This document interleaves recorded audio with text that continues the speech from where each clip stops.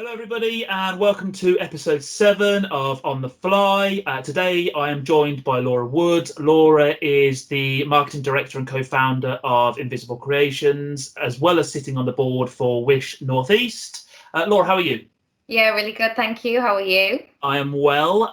Laura, as I said, long-winded title to bring you in, I'm afraid, but obviously wanted to get all the information through. But the reason I wanted to bring you on is that you have a very unique story and background to why you set up Invisible Creations, something that's not really been done in the sector before, and also maybe something that people haven't really thought about and may have fallen on the wayside. So I think the best thing for me to do probably is hand over the reins to you and kind of allow you to introduce as to why it was set up and go from there, if that's okay. Yeah, perfect. Good. Invisible Creations was set up 2 years ago, was kind of born 2 years ago, I guess. And it's been quite an interesting journey ever since. And like you alluded to before, is quite unique. I've been very lucky to be part of Invisible Creations from the inception back in 2018. And I'm still here kind of championing the cause of Invisible Creations today. So 2 years ago, the National Housing Federation put together an innovation programme, and they were looking at trying to tackle some of the biggest kind of social challenges that the housing sector faced. Yeah. And something like this had never been done before. It was something kind of on a sector-wide scale, trying to innovate and trying to come up with some new ideas. So the team that I was involved with looked at ageing. So we were kind of tasked with how do we support people to live more independently for longer in their own homes. We were given a completely blank canvas, so it was a little bit daunting, to be honest, at first, because we were just kind of given 16 weeks and said, right, here's the problem that the housing sector is facing. There aren't enough suitable homes for older people to live in. Come up with an idea. So, I mean, we could have taken it any which way, to be honest, because we were quite overwhelmed with what do we actually do to try and tackle this issue?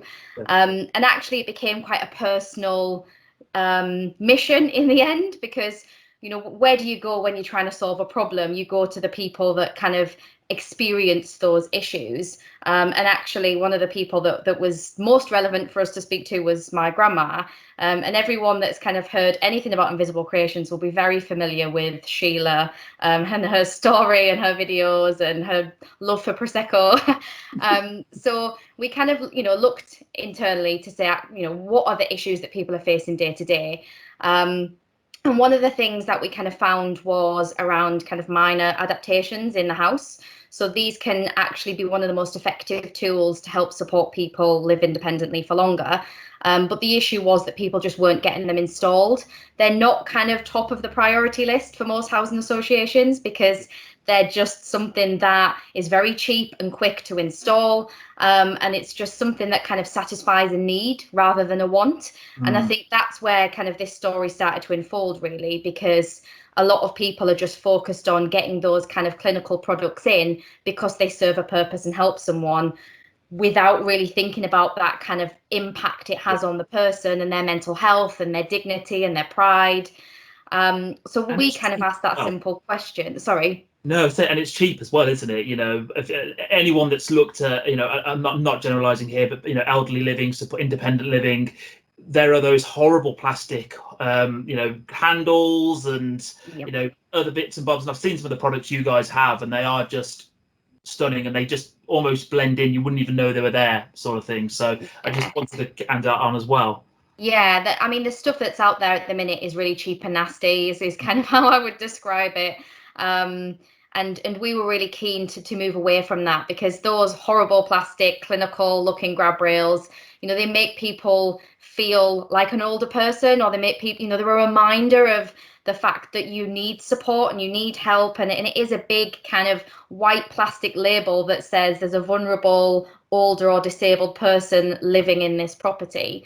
So it was really kind of clear for us that, well, why don't we just design something better? Why don't we just come up with something that I would equally be proud to have in my house, than Sheila would have in her house as well.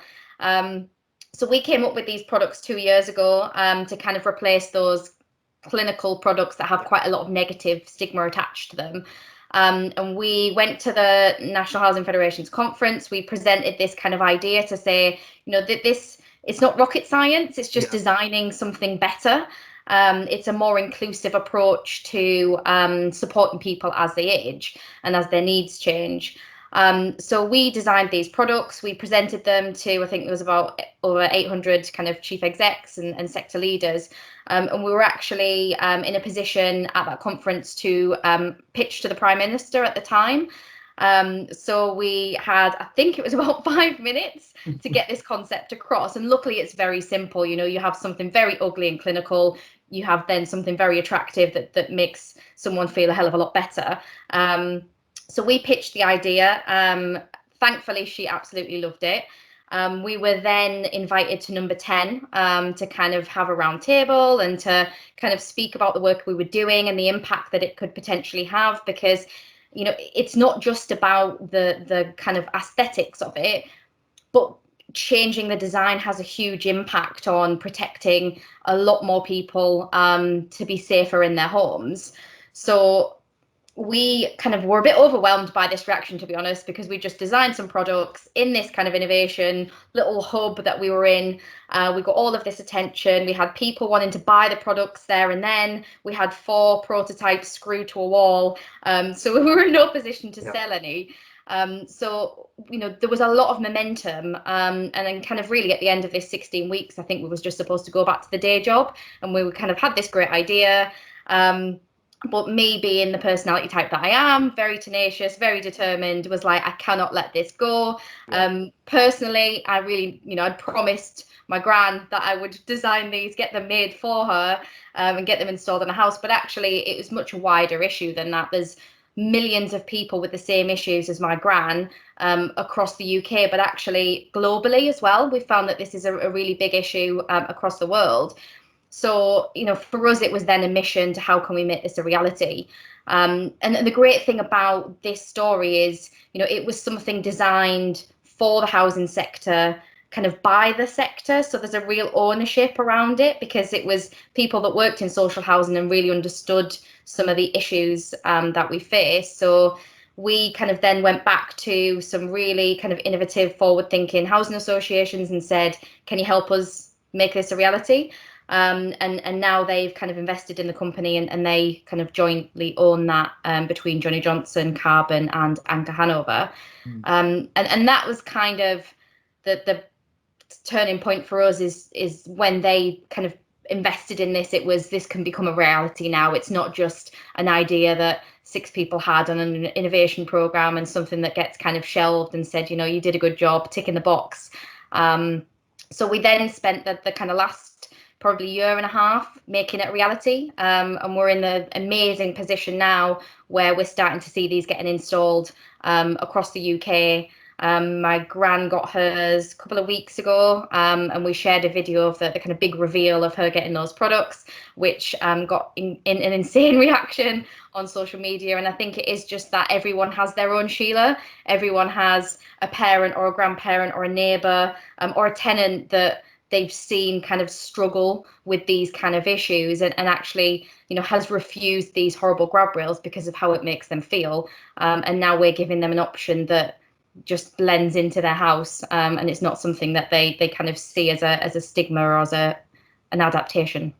Yeah, because what I'll do is I'll share the link to that video as well, because it is fabulous. It's really good fun. And if I can add my bit to kind of make Sheila a minor celebrity in the Northeast, which she seems to be coming. I seem to, you know, but they are wonderful videos. You know, in lockdown, I think you were doing Joe Wicks with your grandmother at one point, which was, you know, fascinating and just fun to see. So, but in terms of the housing sector as a whole, obviously you mentioned the 3 partners that you've got on board and you're working in collaboration. How has the sector as a whole responded to it? Is it something where people have actually gone, wow, this is a really cool idea, want to get on board with it, how can we help, how can we, you know, buy the product ultimately?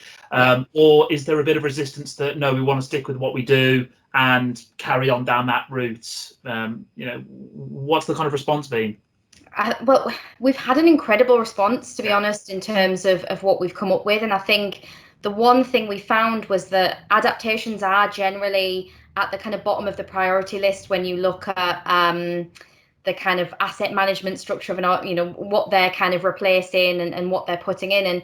And I think it's because a lot of organisations are doing this reactively. So it's really just when a request comes in, they're not thinking kind of strategically and preventatively, you know, what's the impact of getting some really nice products and installing them earlier to the health and well-being of our tenants, but also to the kind of longevity of our properties as well. So I think it's really made them think differently about how they invest in their properties and how they invest in the future of their tenants as well. But I guess when you know, at a really basic level, if you put a like for like picture of an ugly plastic grab rail and a really nice plant pot feature, they speak for themselves. You know, no one would want that horrible plastic ugly grab rail, and I think it's kind of dawning on them in terms of the quality of the products that they're giving their tenants isn't really something that they'd probably have in their own home. So there's a definite shift in the kind of products and the services that people want to provide for their older tenants.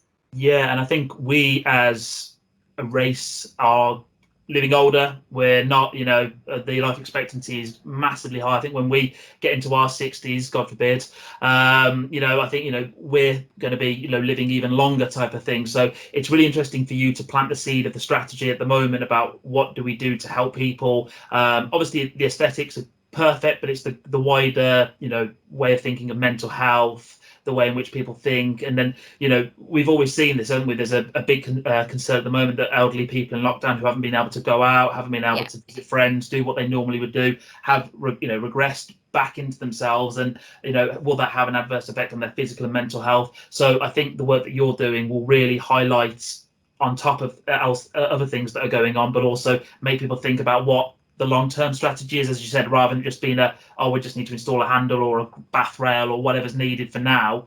Yeah, you can actually really think forward, which is quite exciting to see. Yeah, and I think that point about lockdown, I think it really has highlighted, you know, how we interact with our houses. Sometimes we don't really take the time to think about that. Are they really fit for purpose? And that's kind of made us think about that in a different light.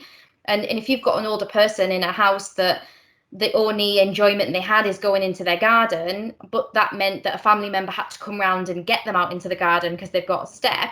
If that family member hasn't been able to come round during lockdown, then that person hasn't been able to get out into the garden. How has that affected their mental health and their physical health in that period of time? Whereas if they'd have had those products on the outside of their property to help them get in and out, you know, how much better would that time have been for them than the, you know, what it has been. So I think it's definitely highlighted that there's a need to kind of change the way that we think and the relationship that we have with adaptations. Absolutely. And kind of, you know, moving on in how people can kind of interact with you and, you know, get in touch around Invisible Creations. Obviously the website's, you know, smart, smooth, you know, fabulous. You know, you yourself are on Twitter and regularly tweeting. You know, I've got to give the cheap plug. What's the handle for you? So the one for Invisible Creations is at Invis Creations. Okay. And mine, rather embarrassingly, is at Little Laura Wood. Well, I said there'll be no height abuse going on in this interview type of thing. So, that's the great thing about Zoom and Teams. No one knows how tall I am if I'm sat in this chair. The world of virtual interviewing has made everybody equal on the height front. So, but no, people can follow you there. I'll put those links in the comments and things like that. But, you know, are the best people, if they want to get in touch to talk about the products and things with you, or there are other people that we can, you know, bring in as well? How is the best way to kind of, you know, interact with you guys? Yeah, so there's a number of ways. The website's probably the quickest and the easiest one. And we also have an email inbox, which is hello@invisiblecreations.co.uk. That comes through to us all, so someone will always pick that up. We are working with quite a lot of housing associations already, which is incredible. But if this helps us reach some more and helps kind of make more homes age friendly, helps more tenants kind of live happier and healthier lives, then, you know, that would be brilliant. Please get in touch. Yeah, which is the ultimate goal. So, but as you may have seen, you know, in wrapping up at the end of videos, how do you effectively say goodbye? Are you a waiver? Are you just like get out of here type of thing? What's your you know, go-to? I'm definitely a waver, which I didn't realise I was until we start doing these video calls, because I'd never leave a meeting and wave, I don't think. So But if we, once we get out the side of this now, and I regularly out meeting clients and people in the sector, I'm actually going to deliberately wave at them now. I might get funny looks in the coffee shop or the pub or wherever we are, but it's just worth it almost just to get a bit of a reaction. So no, I'm a waver too. I think it's a British quirky, weird thing that we do, but also I love that about us. So I'll sign off with a wave. me too. Good to see you. Cheers, Laura. Thank Thanks very you. much. Cheers.